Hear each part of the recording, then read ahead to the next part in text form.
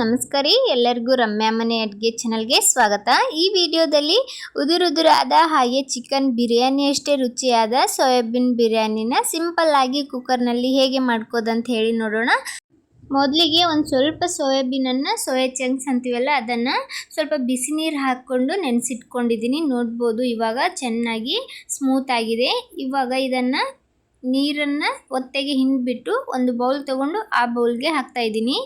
ಅದರ ನೀರನ್ನು ಕ್ಲೀನಾಗಿ ಹಿಂಡ್ಕೊಳ್ಳಿ, ಅದರೊಳಗೆ ನೀರಿನ ಅಂಶ ಜಾಸ್ತಿ ಇರಬಾರ್ದು। ಒತ್ತೆಗೆ ನೀರನ್ನು ಹಿಂಡಿ ಒಂದು ಬೌಲಿಗೆ ಹಾಕ್ಕೊಂಡು ಇವಾಗ ಅದಕ್ಕೇನೆ ತರಕಾರಿಗಳನ್ನ ಸೇರಿಸ್ತಾ ಇದ್ದೀನಿ। ಒಂದು ಸ್ವಲ್ಪ ಬೀನ್ಸನ್ನು ಉದ್ದಾಗಿ ಕಟ್ ಮಾಡಿ ಸೇರಿಸ್ಕೊಂಡಿದ್ದೀನಿ, ಒಂದು ಚಿಕ್ಕ ಆಲೂಗಡ್ಡೆನ ಕಟ್ ಮಾಡಿ ಸೇರಿಸ್ಕೊಂಡಿದ್ದೀನಿ, ಹಾಗೆ ಒಂದು ಸ್ವಲ್ಪ ಕಾಲಿಫ್ಲವರ್ ತೊಗೊಂಡಿದ್ದೀನಿ ಹೂಕೋಸು, ಹಾಗೆ ಒಂದು ಸ್ವಲ್ಪ ಗಜರಿನ ಈ ಥರ ಉದ್ದುದ್ದಾಗಿ ಕಟ್ ಮಾಡಿ ಹಾಕ್ಕೊಂಡಿದ್ದೀನಿ, ಒಂದು ಸ್ವಲ್ಪ ಪುದೀನ, ಹಾಗೆ ಒಂದು ಸ್ವಲ್ಪ ಕಟ್ ಮಾಡಿರುವಂಥ ಕೊತ್ತಂಬರಿ, ಒಂದು ಸ್ವಲ್ಪ ಶುಂಠಿ ಬೆಳ್ಳುಳ್ಳಿ ಪೇಸ್ಟ್, ಒಂದು ಸ್ವಲ್ಪ ಕಸೂರಿ ಮೆಂತಿ, ಹಾಗೆ ಒಂದು ಅರ್ಧ ಚಮಚದಷ್ಟು ಜೀರಿಗೆ ಪುಡಿ, ಒಂದು ಅರ್ಧ ಚಮಚದಷ್ಟು ಗರಂ ಮಸಾಲ, ಹಾಗೆ ಒಂದು ಸ್ವಲ್ಪ ಧನಿಯಾ ಪೌಡ್ರ್ ಸಹ ಹಾಕ್ಕೊಂಡಿದ್ದೀನಿ।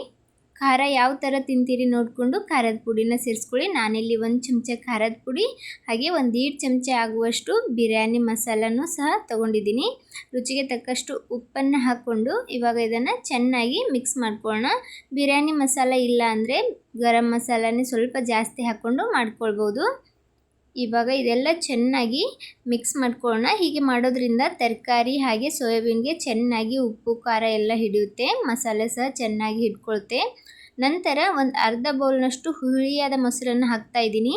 ಮೊಸರು ಒಂದು ವೇಳೆ ಹುಳಿ ಇಲ್ಲಾಂದರೆ ಸ್ವಲ್ಪ ಜಾಸ್ತಿ ಮೊಸರನ್ನು ಸಹ ತೊಗೊಳ್ಬೋದು। ನಾನಿಲ್ಲಿ ಒಂದು ಅರ್ಧ ಬೌಲ್ ಆಗುವಷ್ಟು ಹುಳಿಯಾದ ಮೊಸರನ್ನು ಸೇರಿಸ್ಕೊಂಡಿದ್ದೀನಿ। ಮೊಸರನ್ನು ಸೇರಿಸಿ ಇದನ್ನು ಚೆನ್ನಾಗಿ ಮಿಕ್ಸ್ ಮಾಡ್ಕೊಳ್ಳೋಣ। ಈ ಥರ ಮಿಕ್ಸ್ ಮಾಡಿಬಿಟ್ಟು ಇದನ್ನು ಒಂದು 10 ನಿಮಿಷ ರೆಸ್ಟಿಗೆ ಇಟ್ಕೊಳ್ಳೋಣ। ಇವಾಗ ಈ ಕಡೆ ಒಂದು ಕುಕ್ಕರ್ ಇಟ್ಕೊಂಡು ಕುಕ್ಕರ್ಗೆ ಒಂದು ಅರ್ಧ ಬೌಲ್ ಆಗುವಷ್ಟು ಎಣ್ಣೆನ ಸೇರಿಸ್ತಾ ಇದ್ದೀನಿ। ನಾವಿಲ್ಲಿ ಮೊದಲು ಈರುಳ್ಳಿನ ಫ್ರೈ ಮಾಡಿ ಇಟ್ಕೊಳ್ಬೇಕಾಗ್ತದೆ, ಅದಕ್ಕೋಸ್ಕರ ಒಂದು ಅರ್ಧ ಬೌಲಷ್ಟು ಎಣ್ಣೆನ ಹಾಕ್ಕೊಂಡು ಎಣ್ಣೆ ಚೆನ್ನಾಗಿ ಕಾಯಬೇಕು। ಚೆನ್ನಾಗಿ ಕಾಯ್ದ ನಂತರ 2 ಮೀಡಿಯಮ್ ಸೈಜ್ ಈರುಳ್ಳಿನ ಕಟ್ ಮಾಡಿ ಹಾಕ್ಕೊಂಡು ಅದು ಗೋಲ್ಡನ್ ಬ್ರೌನ್ ಕಲರ್ ಆಗೋವರೆಗೂ ಫ್ರೈ ಮಾಡ್ಕೊಳ್ಳೋಣ। ನೋಡ್ಬೋದು ಈ ಕಲರ್ ಬರೋವರೆಗೂ ಗ್ಯಾಸ್ನ ಮೀಡಿಯಮ್ ಫ್ಲೇಮಲ್ಲಿ ಇಟ್ಕೊಂಡು ಫ್ರೈ ಮಾಡ್ಕೊಳ್ಳಿ। ಇವಾಗ ಇದು ಪರ್ಫೆಕ್ಟಾಗಿ ಕಲರ್ ಬಂದಿದೆ। ಎಣ್ಣೆಯಿಂದ ಇದನ್ನು ಜಾನ್ಸಿ ತೆಗೆದು ಒಂದು ಪ್ಲೇಟಲ್ಲಿ ಹಾಕಿಟ್ಕೊಳ್ಳೋಣ। ನಂತರ ಉಳಿದಿರುವ ಎಣ್ಣೆ ಒಳಗೆ ಬಿರಿಯಾನಿನ ಒಗ್ಗರಣೆ ಹಾಕ್ಕೊಳ್ಳೋಣ। ಅದೇ ಎಣ್ಣೆಗೆ ಒಂದು ಸ್ವಲ್ಪ ಜೀರಿಗೆ, ಒಂದು ಚಕ್ಕೆ, ಒಂದು ಸ್ವಲ್ಪ ಮೆಣಸು, ಪಲಾವ್ ಎಲೆ, ಲವಂಗ, ಹಾಗೆ ಒಂದು ಸ್ಟಾರನ್ನು ಹಾಕ್ತಾ ಇದ್ದೀನಿ। ಇದೆಲ್ಲ ಹಾಕ್ಕೊಂಡು ಸ್ವಲ್ಪ ಹೊತ್ತು ಫ್ರೈ ಮಾಡ್ಕೊಳ್ಳೋಣ। ಎಣ್ಣೆ ಏನಾದರೂ ನಿಮಗೆ ಕಡಿಮೆ ಅನಿಸಿದ್ರೆ ಮತ್ತೆ ಒಂದು ಸ್ವಲ್ಪ ಎಣ್ಣೆನೂ ಹಾಕ್ಕೊಳ್ಬೋದು। ಅಕ್ಕಿ ಎಷ್ಟಿದ್ದೀವ ನೋಡಿಕೊಂಡು ಎಣ್ಣೆನ ಸೇರಿಸ್ಕೊಳ್ಳಿ। ಇದೆಲ್ಲ ಫ್ರೈ ಆದ ನಂತರ ಒಂದು ಮೀಡಿಯಮ್ ಸೈಜ್ ಈರುಳ್ಳಿನ ಈ ಥರ ಚಿಕ್ಕದಾಗಿ ಕಟ್ ಮಾಡಿ ಸೇರಿಸ್ಕೊಂಡಿದ್ದೀನಿ, ಇದನ್ನು ಉದ್ದುದ್ದಾಗಿ ಕಟ್ ಮಾಡಿ ಸಹ ಹಾಕ್ಕೊಳ್ಬೋದು।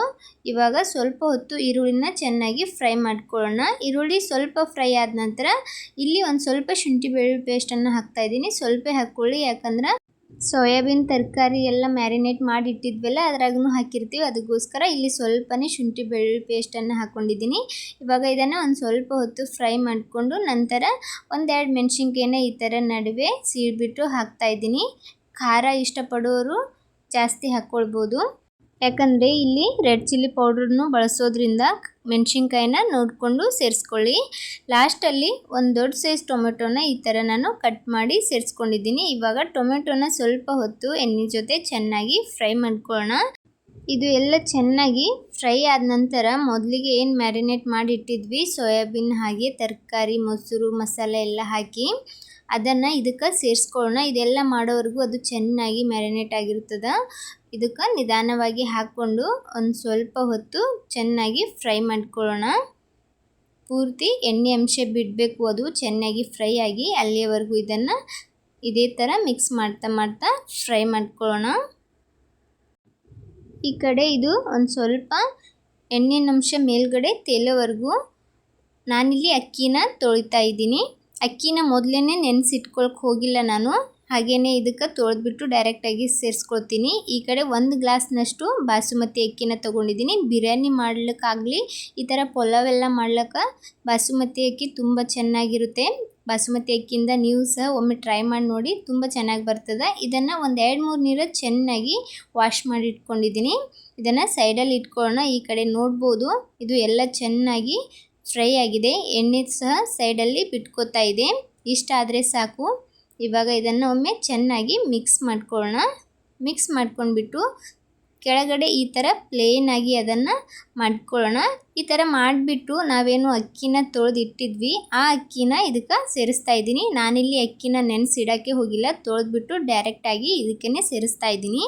ಮೊದಲಿಗೆ ನಾವು ತೊಳೆದಿಟ್ಟಿರುವಂಥ ಅಕ್ಕಿ ಎಲ್ಲ ಇದಕ್ಕೆ ಹಾಕ್ಕೊಳ್ಳೋಣ. ಅಕ್ಕಿನ ಈ ಥರ ಎಲ್ಲ ಕಡೆ ತೆಳುವಾಗಿ ಸ್ಪ್ರೆಡ್ ಮಾಡ್ಕೊಳ್ಳಿ. ಈ ಥರ ಅಕ್ಕಿನೆಲ್ಲ ಹಾಕಿಬಿಟ್ಟು ಮೇಲ್ಗಡೆ ನಾವೇನು ಮೊದಲಿಗೆ ಫ್ರೈ ಮಾಡಿಟ್ಟಿದ್ವಿ ಫ್ರೈ ಮಾಡಿಟ್ಟಿರುವಂಥ ಈರುಳ್ಳಿನ ಈ ಥರ ಎಲ್ಲ ಕಡೆ ಚೆನ್ನಾಗಿ ಸ್ಪ್ರೆಡ್ ಮಾಡ್ಕೊಳ್ಳಿ. ಒಂದು ಲೇಯರ್ ಅಕ್ಕಿ ಹಾಗೆ ಮೇಲ್ಗಡೆ ಒಂದು ಸ್ವಲ್ಪ ಫ್ರೈ ಮಾಡಿಟ್ಟಿರುವಂಥ ಈರುಳ್ಳಿನ ಹಾಕ್ಕೊಂಡು ಇದಕ್ಕೇ ಒಂದು ಸ್ವಲ್ಪ ಗರಂ ಮಸಾಲನ ಈ ಥರ ಉದುರಿಸ್ತಾ ಇದ್ದೀನಿ. ಗರಂ ಮಸಾಲ ಇಲ್ಲಾಂದರೆ ಬಿರಿಯಾನಿ ಪೌಡ್ರ್ ಇರುತ್ತಲ್ಲ ಅದು ಇದ್ದರೂ ಅದನ್ನು ಸಹ ಈ ಥರ ಸ್ವಲ್ಪ ಉದುರಿಸ್ಕೊಳ್ಳಿ, ತುಂಬ ಚೆನ್ನಾಗಿರ್ತದೆ ರುಚಿ. ಇದೆಲ್ಲ ಉದುರಿಸ್ಬಿಟ್ಟು ನಾನಿಲ್ಲಿ ಸ್ವಲ್ಪ ಉಪ್ಪನ್ನು ಸೇರಿಸ್ತಾ ಇದ್ದೀನಿ. ಮೊದಲಿಗೆ ಒಂದು ಸ್ವಲ್ಪ ಉಪ್ಪನ್ನು ಹಾಕ್ಕೊಂಡಿದ್ದೆ, ಇವಾಗ ಸ್ವಲ್ಪ ಉಪ್ಪನ್ನು ಸೇರಿಸ್ತಾ ಇದ್ದೀನಿ. ಹಾಗೆ ಒಂದು ಸ್ವಲ್ಪ ಕಟ್ ಮಾಡಿಟ್ಟಿರುವಂಥ ಕೊತ್ತಂಬರಿ ಹಾಗೆ ಒಂದು ಸ್ವಲ್ಪ ಪುದೀನಾನ ಈ ಥರ ಸ್ವಲ್ಪ ಹಾಕ್ತಾ ಇದ್ದೀನಿ. ಪುದೀನ ಹಾಕೊಳ್ಳೋದ್ರಿಂದ ಬಿರಿಯಾನಿ ಫ್ಲೇವರೇ ಬರುತ್ತೆ, ತುಂಬ ಚೆನ್ನಾಗಿರ್ತದೆ. ಪುದೀನ ಮಿಸ್ ಮಾಡಬೇಡಿ, ಹಾಕ್ಕೊಳ್ಳಿ. ನಂತರ 1-2 ಚಮಚದಷ್ಟು ತುಪ್ಪನ ಮೇಲ್ಗಡೆ ಹಾಕ್ತಾ ಇದ್ದೀನಿ. ತುಪ್ಪ ಹಾಕೋದ್ರಿಂದ ಅನ್ನ ತುಂಬ ಉದುರಾಗಿ ಬರ್ತದೆ. ಇವಾಗ ಒಂದು ಸ್ವಲ್ಪ ಫುಡ್ ಕಲರನ್ನು ಹಾಕ್ತಾ ಇದ್ದೀನಿ, ಆರೆಂಜ್ ಫುಡ್ ಕಲರ್. ಇಷ್ಟ ಇದ್ದರೆ ಹಾಕ್ಕೊಳ್ಳಿ, ಇಲ್ಲಾಂದರೆ ಇದನ್ನು ಸ್ಕಿಪ್ ಕೂಡ ಮಾಡ್ಬೋದು. ಫುಡ್ ಕಲರ್ ಹಾಕದೆ ಹಾಗೆ ನಾವು ನಾರ್ಮಲಾಗಿ ಮಾಡ್ಕೊಳ್ಬೋದು. ಕಲರ್ ಬರಲಿ ಅನ್ನೋದಕ್ಕೋಸ್ಕರ ಸ್ವಲ್ಪ ಫುಡ್ ಕಲರ್ನ ಹಾಕ್ಕೊಂಡಿದ್ದೀನಿ. ಇವಾಗ ಎಲ್ಲ ಹಾಕಿಬಿಟ್ಟು ನೀರನ್ನು ಸೇರಿಸ್ತಾ ಇದ್ದೀನಿ. ನಾನಿಲ್ಲಿ 1 ಗ್ಲಾಸ್ನಷ್ಟು ಬಾಸುಮತಿ ಅಕ್ಕಿ ತೊಗೊಂಡಿದ್ದೆ, ಅದಕ್ಕೇ ನಾನು 1.5 ಗ್ಲಾಸ್ ಆಗುವಷ್ಟು ನೀರನ್ನು ಹಾಕ್ತಾ ಇದ್ದೀನಿ. ನಾನು ಅಕ್ಕಿನ ನೆನೆಸಿಲ್ಲ, ಅದಕ್ಕೋಸ್ಕರ 1.5 ಗ್ಲಾಸ್ ಆಗುವಷ್ಟು ನೀರನ್ನು ಹಾಕ್ಕೊಂಡು ಇವಾಗ ಕುಕ್ಕರ್ನ ಮುಚ್ಚೋಣ. ಕುಕ್ಕರ್ ಮುಚ್ಚಿಬಿಟ್ಟು ಹೈ ಫ್ಲೇಮಲ್ಲಿ 2 ವಿಜಿಲ್ ಬರೋವರೆಗೂ ಕೂಗಿಸ್ಕೊಳ್ಳೋಣ. 2 ವಿಜಿಲ್ ಹೊಡೆಸ್ಕೊಂಡ್ಬಿಟ್ಟು ಕುಕ್ಕರ್ ಪೂರ್ತಿ ತಣ್ಣಗಾಗೋವರೆಗೂ ಅದನ್ನು ಓಪನ್ ಮಾಡೋಕ್ಕೆ ಹೋಗಬೇಡಿ. ಕುಕ್ಕರ್ ಆರಿದ ನಂತರ ಅದನ್ನು ಓಪನ್ ಮಾಡಿ ತುಂಬ ಚೆನ್ನಾಗಿ ಬಿರಿಯಾನಿ ರೆಡಿ ಆಗಿರುತ್ತೆ. ನೋಡ್ಬೋದು ಎಷ್ಟು ಚೆನ್ನಾಗಿ ಬಂದಿದೆ ಅಂಥೇಳಿ, ನೋಡ್ತಿದ್ರೇ ಗೊತ್ತಾಗ್ತಿದೆ ತುಂಬ ಉದುರಾಗಿ ಈ ಬಿರಿಯಾನಿ ಬಂದಿದೆ ಅಂಥೇಳಿ. ನಿಮ್ಗೆ ತೋರಿಸ್ತೀನಿ, ಬೇಕಾದರೆ ಮಿಕ್ಸ್ ಮಾಡಿ ನೋಡಿ ಎಷ್ಟು ಪರ್ಫೆಕ್ಟಾಗಿ ಬಂದಿದೆ ಅಂಥೇಳಿ. ತುಂಬ ಉದುರಾಗಿ ನೋಡ್ಬೋದು, ಪ್ರತಿಯೊಂದು ಅಗಳು ಸಹ ಕಾಣ್ತಾ ಇದೆ, ಕ್ಲಿಯರಾಗಿ ಗೊತ್ತಾಗ್ತಿದೆ ತುಂಬ ಉದುರಾಗಿ ಈ ಬಿರಿಯಾನಿ ಬಂದಿದೆ ಅಂಥೇಳಿ. ತುಂಬ ಚೆನ್ನಾಗಿರ್ತದೆ, ಟೇಸ್ಟ್ನು ಕೂಡ ಚಿಕನ್ ಬಿರಿಯಾನಿ ತಿಂದಷ್ಟೇ ರುಚಿಯಾಗಿ ಈ ಸೋಯಾಬೀನ್ ಬಿರಿಯಾನಿನ ನಾವು ಮಾಡ್ಕೊಳ್ಬೋದು. ಇವಾಗ ಒಂದು ಪ್ಲೇಟಿಗೆ ರೆಡಿಯಾಗಿರುವಂಥ ಬಿರಿಯಾನಿನ ಸರ್ವ್ ಮಾಡ್ಕೊಳ್ಳೋಣ. ನೋಡ್ಬೋದು ಎಷ್ಟು ಚೆನ್ನಾಗಿ ಕಾಣ್ತಿದೆ ಅಂತ ಹೇಳಿ, ರುಚಿನೂ ಕೂಡ ಅಷ್ಟೇ ಚೆನ್ನಾಗಿರ್ತದೆ. ಈ ಬಿರಿಯಾನಿನ ಕೋಸಂಬರಿ ರೈತ ಅಂತೇನು ಅಂತೀವಿ ಅದ್ರ ಜೊತೆ ಸರ್ವ್ ಮಾಡಬೇಕು, ತುಂಬ ಚೆನ್ನಾಗಿರ್ತದೆ. ನೀವು ಸಹ ಈ ರೆಸಿಪಿ ಇಷ್ಟ ಆದರೆ ಒಮ್ಮೆ ಟ್ರೈ ಮಾಡಿಬಿಟ್ಟು ಟೇಸ್ಟ್ ಹೇಗೆ ಬಂದಿತ್ತು ಅಂತ ಹೇಳಿ ಕಮೆಂಟ್ ಮಾಡೋದು ಮಾತ್ರ ಮರಿಬೇಡಿ. ವಿಡಿಯೋ ಇಷ್ಟ ಆದರೆ ವಿಡಿಯೋಗೊಂದು ಲೈಕ್ ಕೊಡಿ. ಹಾಗೆ ಇದೇ ಥರದ ಇನ್ನಷ್ಟು ರುಚಿಯಾದ ರೆಸಿಪಿಗೋಸ್ಕರ ರಮ್ಯಾ ಮನೆ ಅಡುಗೆ ಚಾನಲನ್ನು ಸಬ್ಸ್ಕ್ರೈಬ್ ಮಾಡ್ಕೊಳ್ಳಿ. Thanks for watching video.